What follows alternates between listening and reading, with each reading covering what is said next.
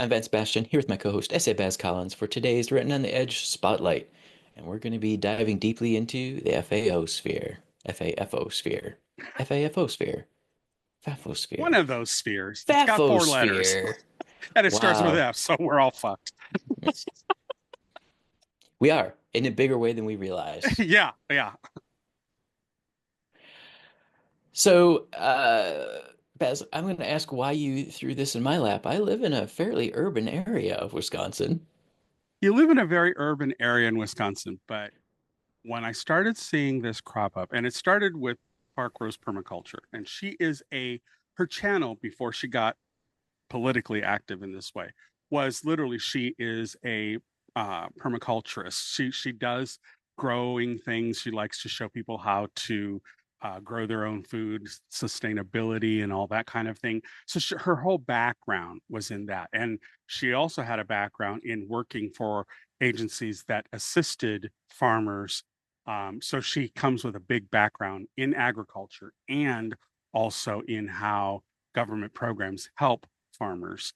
And so she's very knowledgeable about it. And when I ran across her because of this guy, Skylar, who had put out a video saying that he was regretting his vote for Trump a little bit, and that's crucial. We'll get to Hmm. the other parts of Skylar's issue.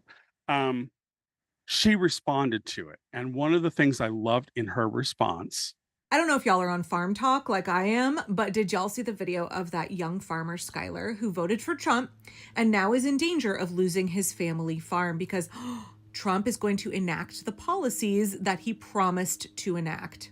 And Skylar and his family farm are getting screwed in the process. If you haven't seen it, he's made a few videos because he got pretty defensive when folks in the comments on his first video were like, fuck around and find out. Oh, isn't this what you voted for? Did you not research the candidate and his policies before you decided to vote for him? I believe for the third time. This is the third time he's voted for Trump.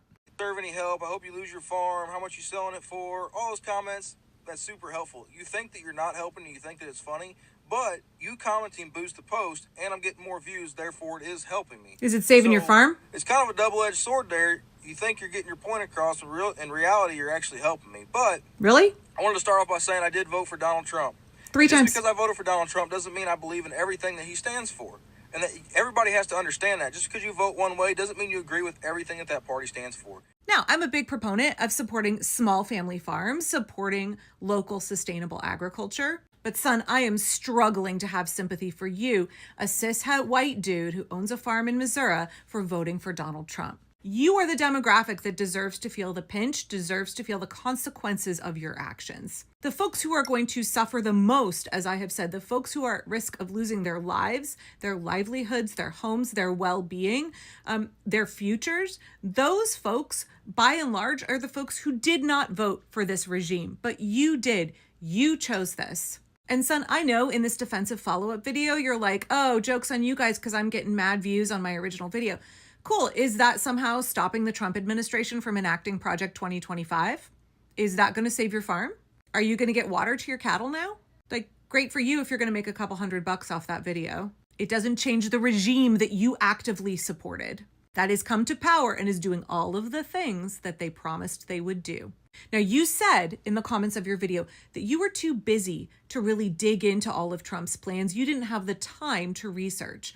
But I'm sorry, you are a grown-ass man. You are a whole adult, and it is incumbent upon you to do due diligence and do research before you decide to vote for a candidate. You don't get to play, oh, poor little me, I was ignorant, I didn't know what I was voting for.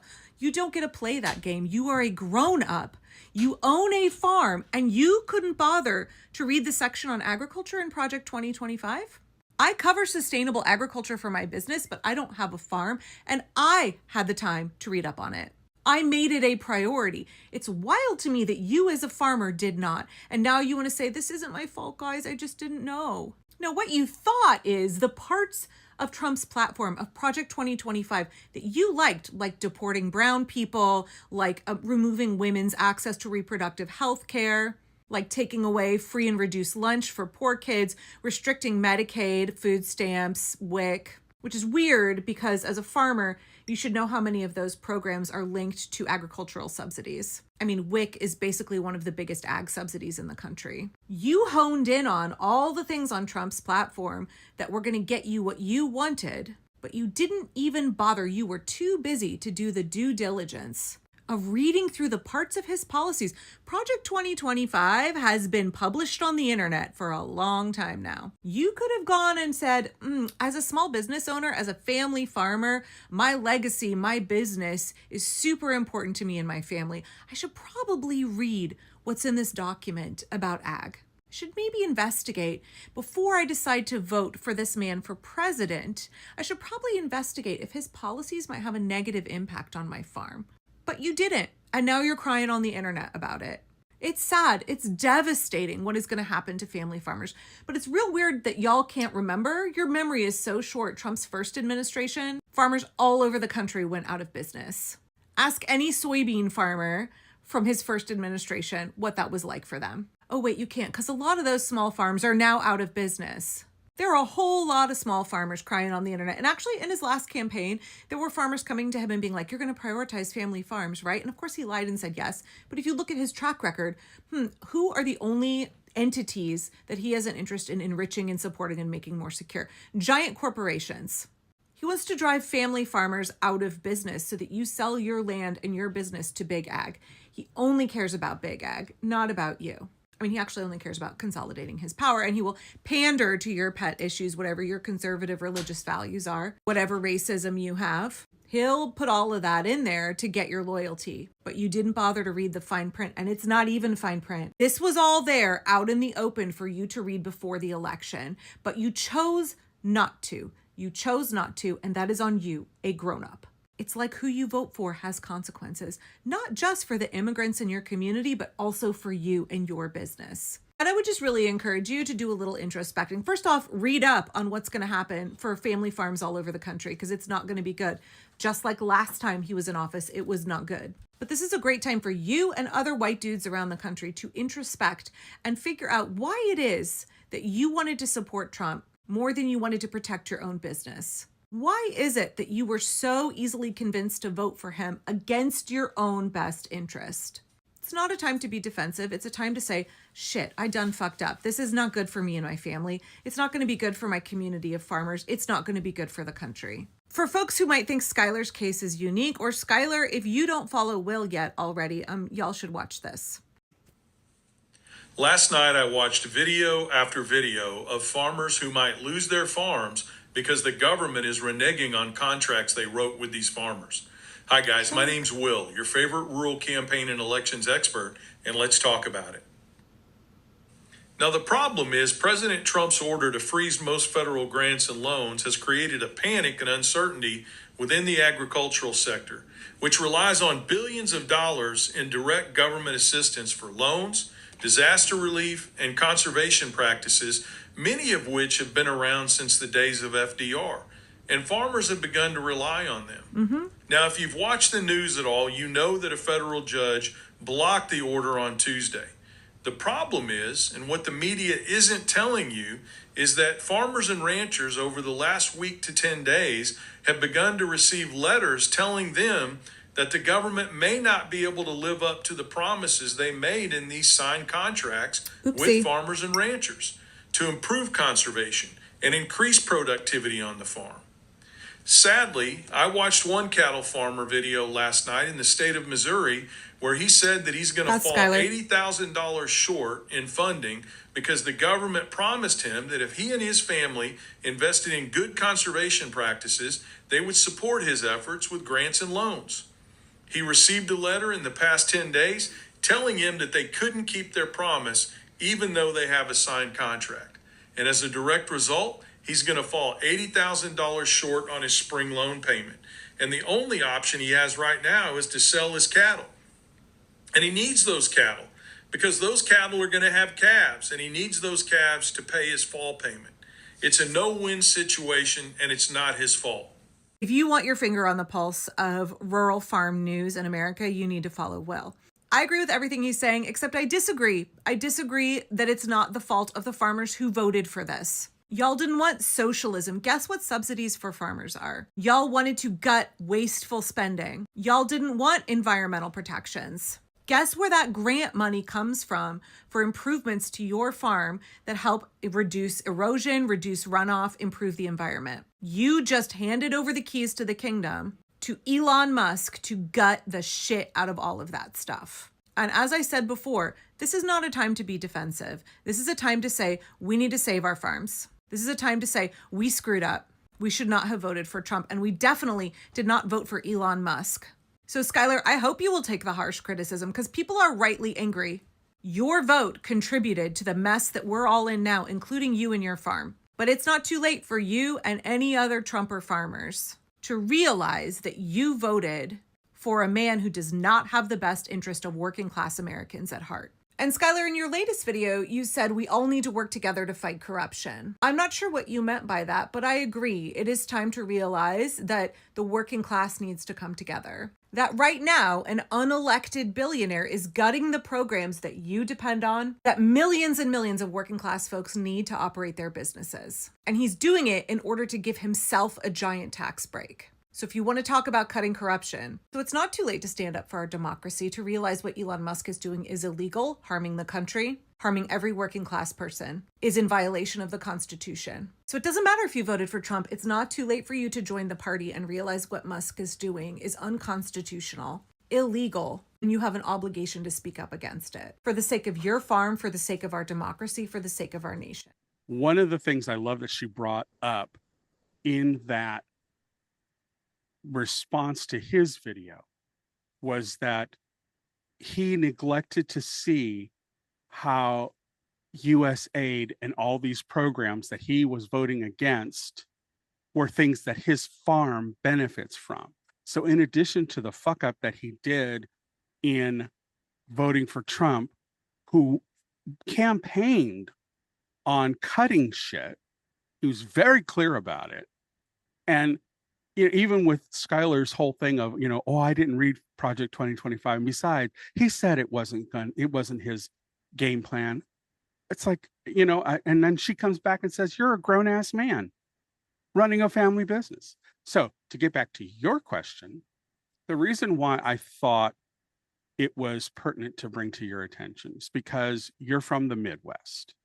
You are around people that are of this community. It's not that you're a farmer and you're doing this stuff in your urbanized area, but you see enough of it in the news. You see enough of it in local news. I mean, you see enough of it in local politics playing out.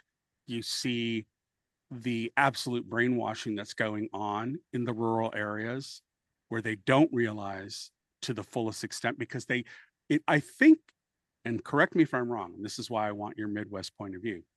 I think it's rooted in that they cannot accept that they made a bad decision. Yes, partially. It is very difficult, I think, for anyone in the US at this point to admit they made a bad decision. It needs to be somebody else's fault. To continue this conversation, is a big thing.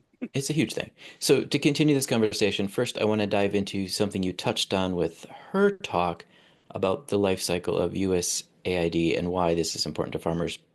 And I want to insert another clip here because this guy explains most of the cycle, but he misses the end piece. Explain, if you can, how American farmers work with USAID and what the impact of what's been going on in Washington this last week or so has been. Yeah, thanks for having me, Jake. And the impact that it has on farmers is huge. But farmers are really just the starting point when it comes to this food aid. They're the ones that grow these crops here in Kansas and all over the country. Primarily wheat and grain sorghum here in Kansas are the main products that are used in this food aid. They then sell that grain to their local grain cooperative elevators or to a grain merchandiser. And then USAID would go in and put out contracts for bid to get that grain and then take it to these ports and then move it out to those places in need all across the world. And of course, when USAID was frozen last week, that all stopped. That came to a screeching halt. And grain sorghum farmers, especially here in Kansas, were the first to get hit with that because the USAID program, Food for Peace program, was the main direct market for their grain. So it's crucial to understand that these welfare programs essentially help farmers get their food to people, but not only just the people in the United States, the hungry in the United States that need it, also overseas. And the part that he misses in this is what it's called soft power.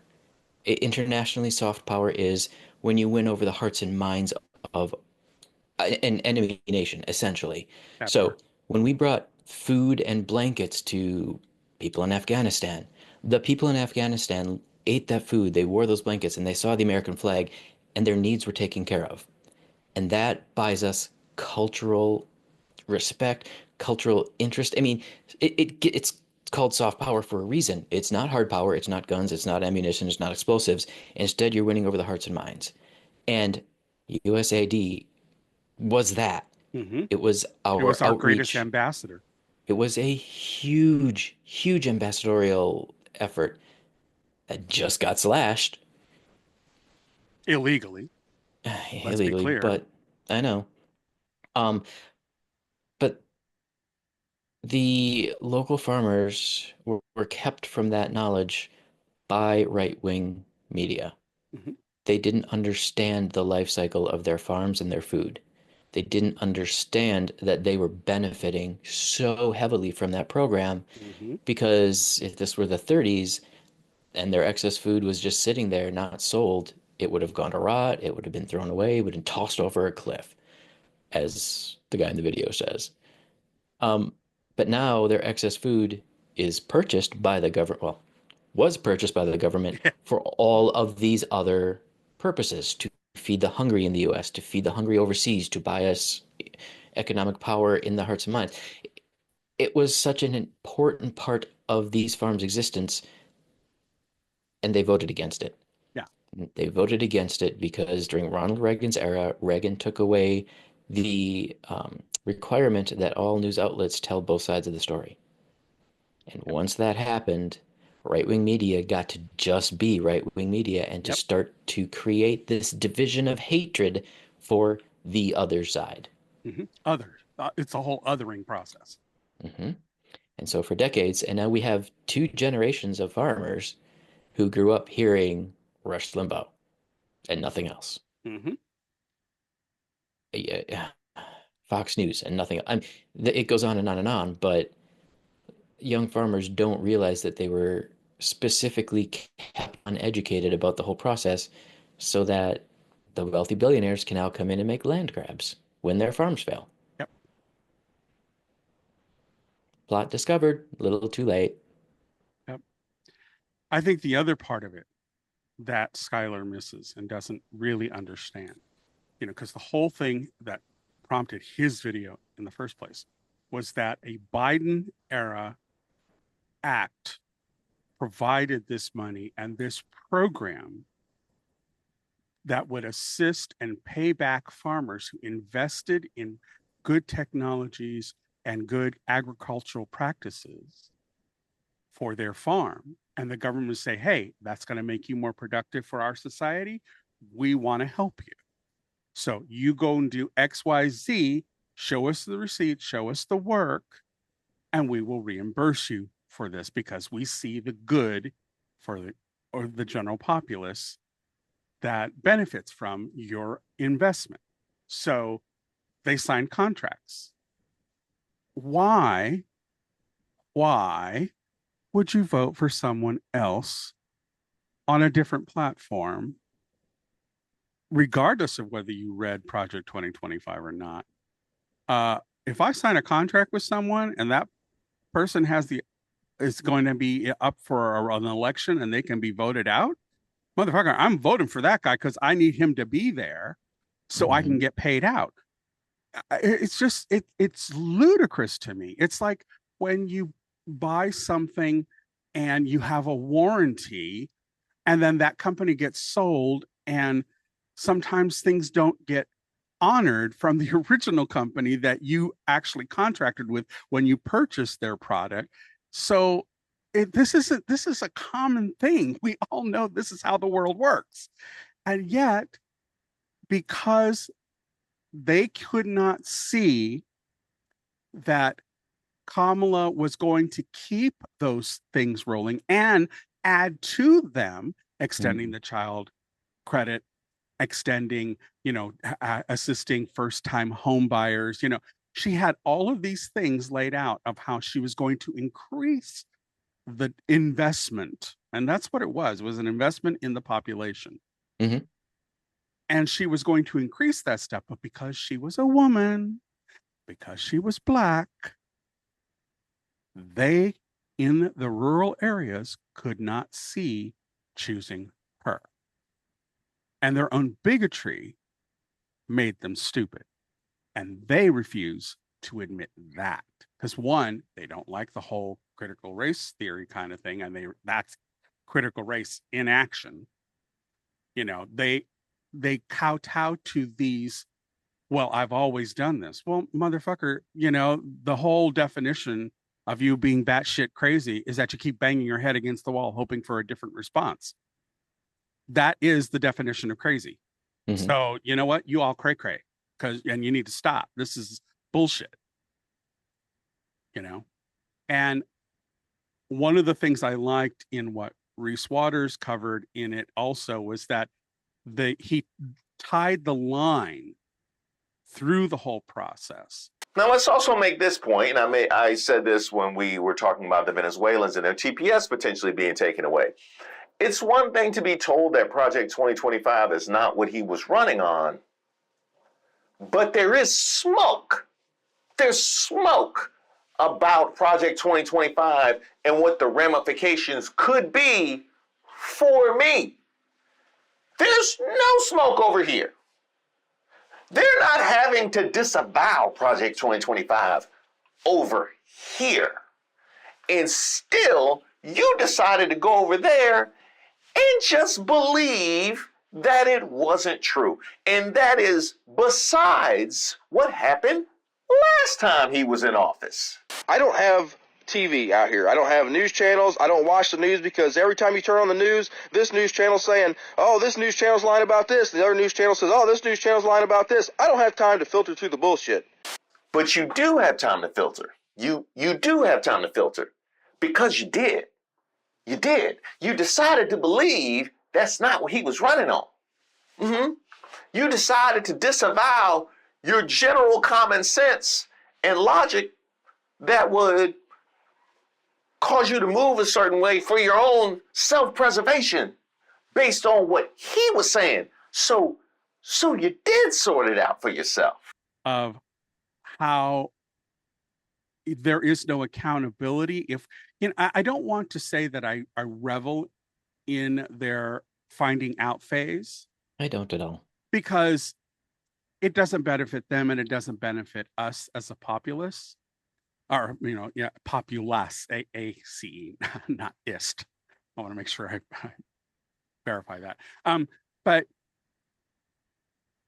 I don't want people to suffer because of it. However, there's that fine line of accountability that how do you get these people to understand the level of how stupid they were in just going along with what they've always done, rather than, as the lady in Parkrose said, you're a grown-ass man. You should have read this. You run a business. You need to know what the platform is that could affect your business.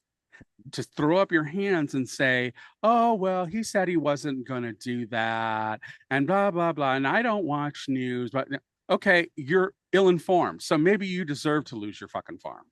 And I don't take joy in saying that. But the bottom line is, as she said, you're a grown-ass man. Mm-hmm. If you really, really want to save your farm and to keep it a viable option. And what they don't get in this whole process is that Trump wants farmers to fail, independent farmers to fail. He wants family farms to fail. Mm-hmm. Why? Because then big agri can come in and buy up all that land and turn it into corporate farming. Then they have a monopoly on all food grown in the United States. They can dictate prices, and there's no oversight on it. So it's for the rich again. Motherfuckers, you ain't rich. You may be white. You checked off one box, but you ain't rich. So you're not part of that club. Right. So to keep voting for the name that has an R next to it, you need to understand these people have none of your interests in mind. They're not even going to do town halls now.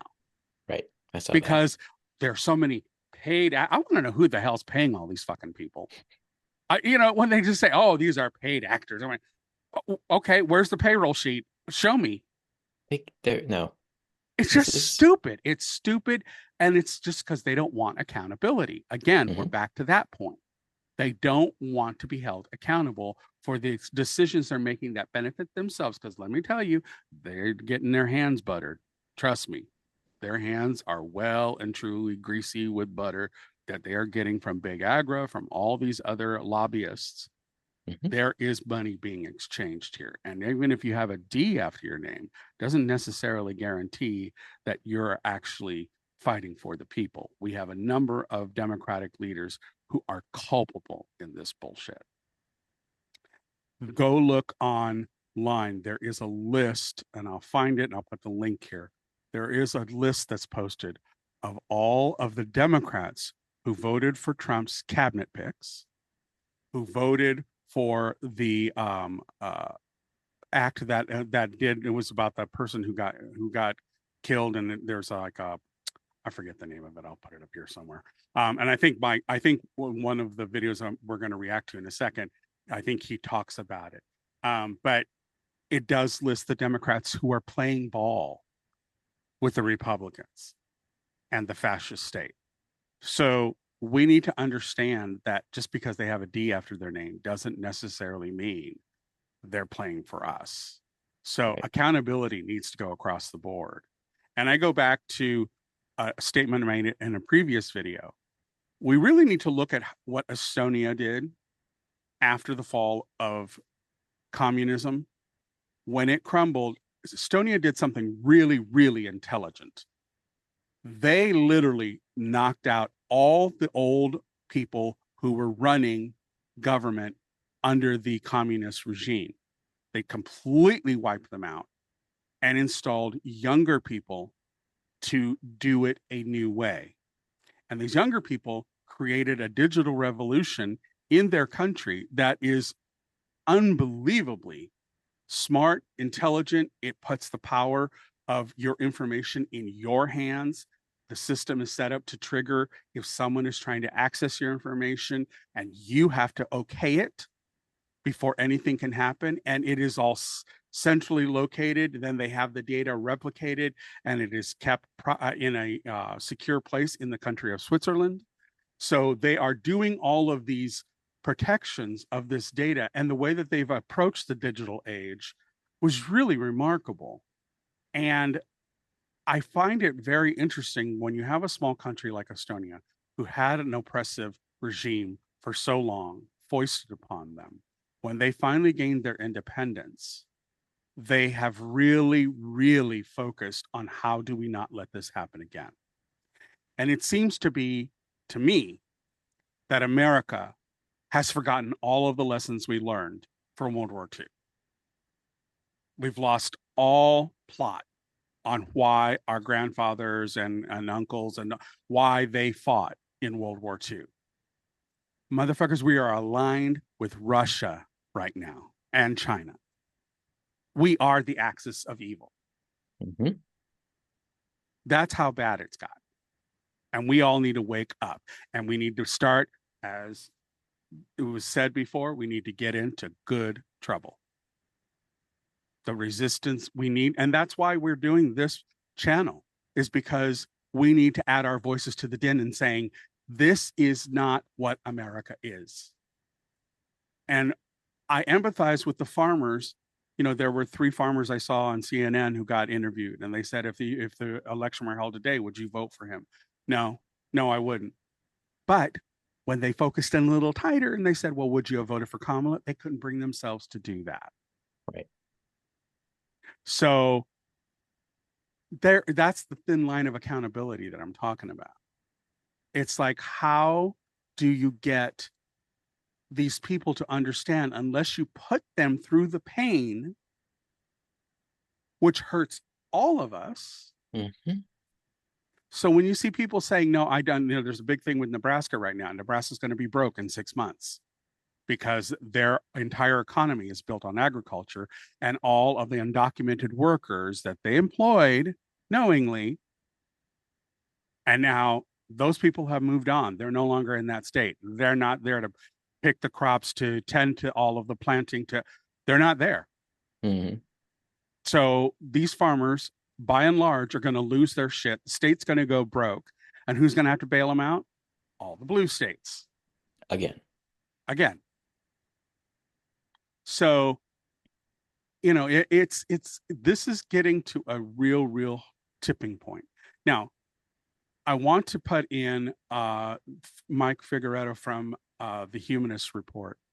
I think he drills in to something that I want us to react to. So I'm going to pause it here real quick and set that up, and then we'll watch this last part of it, and then we can give our final thoughts. Okay, so I'm coming in on a much longer video that I will put the link for down in the comments. But where we're at in this video, the context is that he's saying that recently there was a Democratic kind of meeting of the minds, a brainstorming session that happened in Virginia, where a bunch of centrist Democrats decided to come up with a plan to enable us to retake the House and hopefully the Senate in the next go-round. However, their plan was to be more like Republicans. It's really a shit show. And one of the things that this group commented on was that it was because of the far left that Kamala lost, which is bullshit, as we're about to see, because one of the things Mike brings up is she didn't talk about LGBT people very much at all during the campaign. In fact, the only mention of transgender is the letters LGBT on her website, and it's mentioned only once. And that there were all of these things that she was doing that literally were what this group was saying we should do in the next go round. She ran that campaign and still lost. So motherfuckers, what are we doing here? What are we doing here? So that's where we're picking it up, where he's comparing and saying that the leftists are the ones causing the problem, when no, it's not, because we didn't have a voice. Our voice was suppressed, including Tim Walz. They silenced him during the campaign. So we need to be clear of where the Democrat leadership is. And I think we need to, I'm saying it, I'm going to call it out. I think we need to have a Democrat revolution, an internal revolution. And a lot of these old timers need to go. And I don't mean no old timers as an age, but I mean career politicians need to go. All right. So here's where we're picking it up. Of their problems. They report one of the key ways to win back the trust of the working class, some gathered there argued, was to reduce far-left influence and infrastructure on the party, according to the takeaways document. This is from Third Way. That included building a more moderate campaign infrastructure and talent pipeline, pushing back against far-left staffers and groups that exerted disproportionate influence on policy and messaging, and refusing to participate in far-left candidate questionnaires and forums that create ideological purity tests. Quote, in the wake of this election, where it became so evident that the things that the left was doing and saying deeply hurt Kamala Harris and down-ballot Democrats, a lot of people are looking to us, not just Third Way, but the moderates in the party, and saying, we got to do it your way because the other way ain't working, said Third Way's Matt Bennett, who helped organize the February retreat. And to be clear, this is not the first time that we've heard this dumbass argument. Oh, you know, if it wasn't for the left and all of their influence in the Democratic Party, Kamala would have probably won. Except, you can't rewrite history, especially if it just happened. Kamala Harris ran the campaign that Third Way wanted her to run. She didn't focus at all on identity politics. She rarely mentioned LGBTQ+ rights, didn't even reference trans rights on the policy page on her website aside from the T in LGBT. She was extremely hawkish on foreign policy. She was pro-business, pro-crypto, She was right-wing on immigration, and in the last stretch of her campaign, she campaigned almost exclusively to moderate Republicans with Liz fucking Cheney. How exactly did the far left cost her the election? She ran the campaign that they wanted her to run, and she lost. She didn't support progressive policies like Medicare for all, or free college, or full student debt cancellation, or a housing first policy, or a weapons embargo on Israel. I can go on and on. She ran a milquetoast Republican light campaign. They all said that she should run, and she lost. And all of the excitement was centered in the beginning of her campaign when she brought on Tim Walz, until, of course, they muzzled him. But yet, you know, they had the campaign that they wanted, and the left still gets blamed for it. You can't make this shit up. But I mean, therein lies the problem. See, Democrats actually do know how to fight. It's just that they only choose to fight the left, people in their own party, as opposed to the far right, And that's as significant. opposed to fascists. See, if they resisted Trump half as hard as they resist progressives, we might actually have a chance to save the country. And to be clear, even though we're talking about third way here with regard to this article and what they say, this is what the party basically wants. Most of the party shares their hatred for the left, even if they're less explicit about it, and that includes leadership as well. But don't take it from me. Take it straight from the horse's mouth. Because Hakeem Jeffries, in this clip that you're about to watch, is going to conflate the far left, in his own party, by the way, with the far right. What about aggressively pushing back for the far left? Because they lost you the election. Anybody worth their salt will tell you the extreme left had a lot to do with Which is a lie. y'all back from the momentum one would argue you had, obviously, in 2020. What about pushing back against your own party? Well, listen, the extreme left protests me more than they protest Donald Trump. Because literally, wherever I go. So I think in part because I've declined, I've refused, I've chosen not to bend the knee to either people on the far left,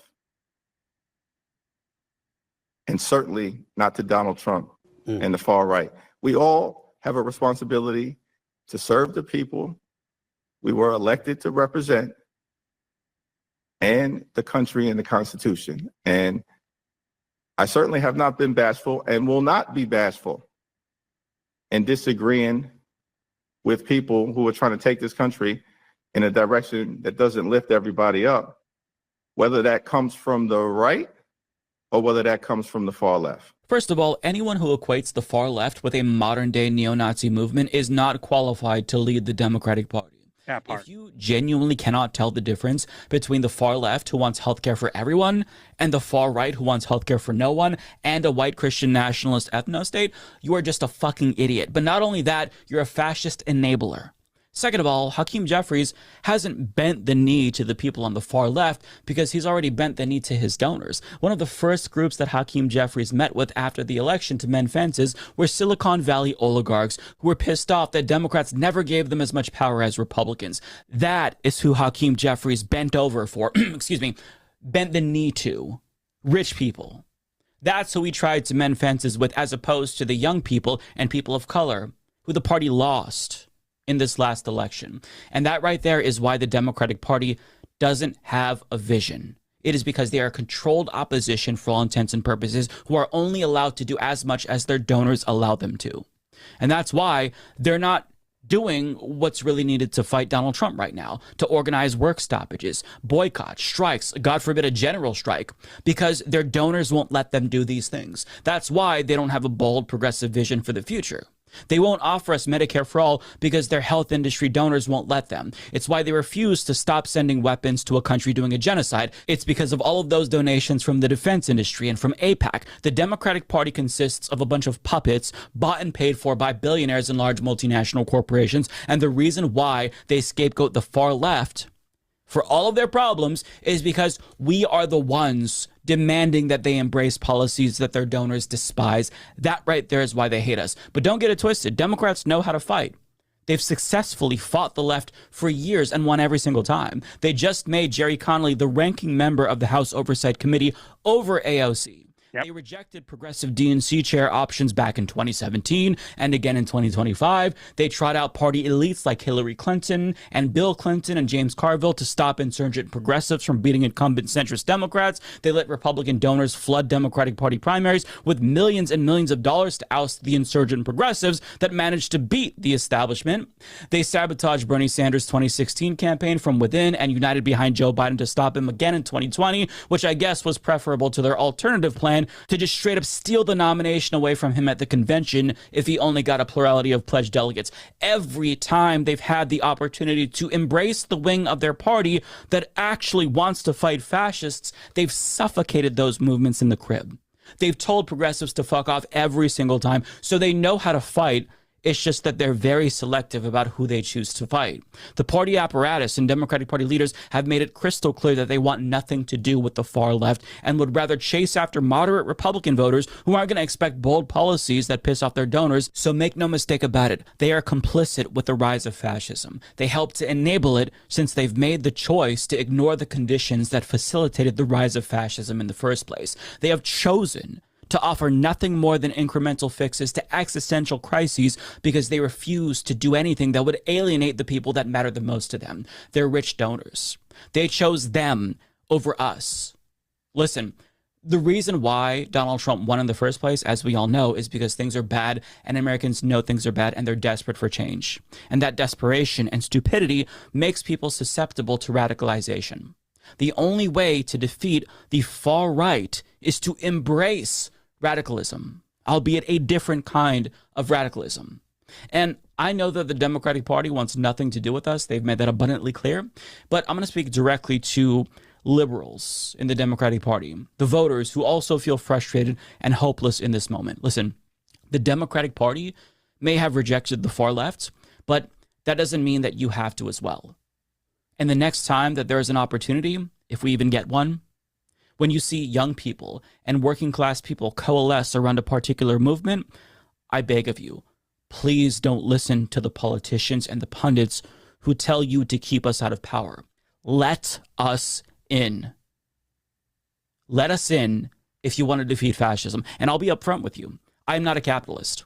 That might be scary, but my own radicalization is also the result of the late-stage capitalist hellscape that I graduated into. The far left socialists like me, we have the antidote to fascism. And there's only one way out of this hellscape. We are your ticket. Let us in. Embrace our radicalism, because as it stands now, things are so bad that we've all become radicalized in one way or another.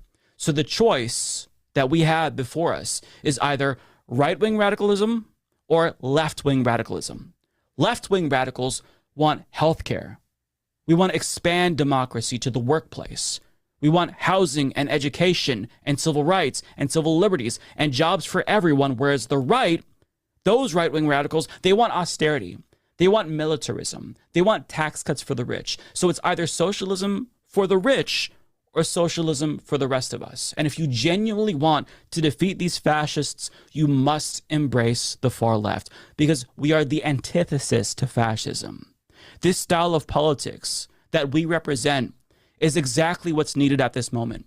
So if you want to defeat fascism permanently and not just postpone its ascendance for another election cycle or two, if that's even possible at this point, you must embrace the far left or progressivism or whatever you want to call it. Embrace it. Don't run away from it, because the far left is pissed off just like you. And we want to fight, unlike Hakeem Jeffries and Chuck Schumer. They are perfectly content to just stand by and watch these fascists burn our fucking country to the ground. And we say to hell with that. We say it's time to rise up and stop the fascists from destroying things. It's time to fight. So let us into the party. Stop shutting us out, and we can defeat fascism together. I think that's what this goes back to what I was saying about the whole thing with Estonia. I think we're at that juncture.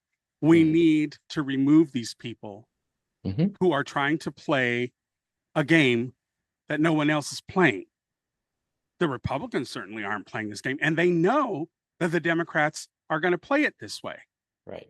And that's why Jasmine Crockett and AOC and even Bernie's back out on the road again, and he's packing the halls. And Bernie's always been a socialist. Yeah. He's made no bones about it. He's never apologized for it. And people need to fucking undo the rhetoric that has been foisted on the American populace, the lie that has been foisted on the American populace that socialism is bad. The only one it's bad for are corporate giants and oligarchs. Right. That's who it's bad for. So you all need to stop using that word as a boogeyman, because it ain't. It's actually the thing that will lift you up. And we need to have Jasmine Crockett and you know, when I saw James Carville say, "Oh, well, I think we just play dead. Let them play it out and then see how bad they do, and then we can swoop in." No, you know what? There's a bird that is now extinct in fucking New Zealand because it was a parrot that had never been around anybody or anyone, and they were easy to kill because they would see something going on. They look over a rock, go, "Oh, what are you doing?" Whack! You hit them on the head, they die. And then their buddy be over and, "Oh, what happened to Kevin? Oh, what you doing over here?" Whack! They got killed. Yeah, this is what we're doing. This is what our government is doing for the left. They're just being fucking dumb birds doing the same shit they've always done. It's not just a time to think outside the box. It's time to destroy the fucking box. You know, and farmers and rural people need to fucking wake up and understand that capitalism as it has been employed thus far is not going to continue to work.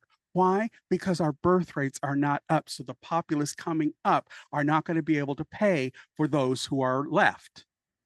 And we're living longer. Although Trump and his cronies are trying to figure out a way to stop that too. But we're living longer. And we're in a pyramid that is like this. And the younger people are truly hopeless because they see the writing on the wall. They've done the math. They understand how shit has gotten this way. Believe me, they understand it. They get it. So we need to really undo all of this, how we've done it before, and decorum. At the State of the Union address, they all should have gotten up and yelled just like Alan Green did. And they should have just gotten up and walked out. And let it be the Donald Trump show. Because it would have been a clear message that we are not with this. But to sit there and hold up their sign, little tiny paddles, no, that's not good trouble. It's a start, but it's not good trouble. Good trouble is what Alan Green did. That's good trouble. That's what you need to all be doing. And that's what Jasmine Crockett and AOC do. And who put the kibosh on any of that happening with this last State of the Union? Hakeem Jeffries. He has been the biggest fucking disappointment. I thought after he was selected, when Nancy Pelosi stepped down and said, "We're going to give it over to a new generation," I was all for it. But he has turned out to be the biggest disappointment. I don't think this man has a fight in him at all. He certainly doesn't have a path to figure out how to create a vision that we can all buy into. Right. They're clueless. They have no idea. And Chuck Schumer, go home. Go home. What is his big plan? Oh, he's going to start an action committee. Yeah, Trump's quaking in his little booties over that one. Just stop. Your final thoughts? I'm with you. We need to embrace the young. I have often said out loud, I wish I lived in AOC or Jasmine Crockett's district for a reason. They are the reps we need and want. Yeah, it's amazing to me that, you know, they're both women of color. So they understand poverty. They understand struggle. They get it. They understand oppression. You know, if anybody's going to fight for us, it's going to be people who have experienced that. And we need to really push. And I'm sorry, but, you know, that whole thing where they put in that one older guy who was up and coming because he's been around for ages and he's now in charge of one of the biggest committees, and it was going to be between him and AOC, and they chose him because he's a senior. Yeah, no. Stop with that playbook. We're done. Seniority doesn't exist anymore. Not in this day and age. In this day and age, it's the best person for that position. And AOC should have got it. Period. End of story. Yes. Full stop. You know, we need to put those who are the most vocal, who aren't troubled about getting into good trouble and getting up in people's grill,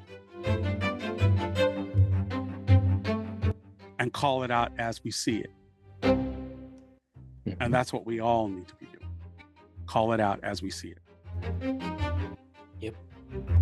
All right, folks, that's it for today. We encourage you to find one or two more expert videos on this topic and come back to discuss with others. As you do, please remember to separate emotion from fact and entertainment from education.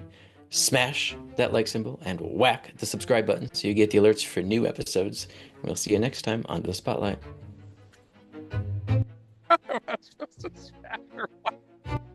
Did you forget I do that? Walk into this. You need to pull out your best Myra Rose. Sign the damn contract.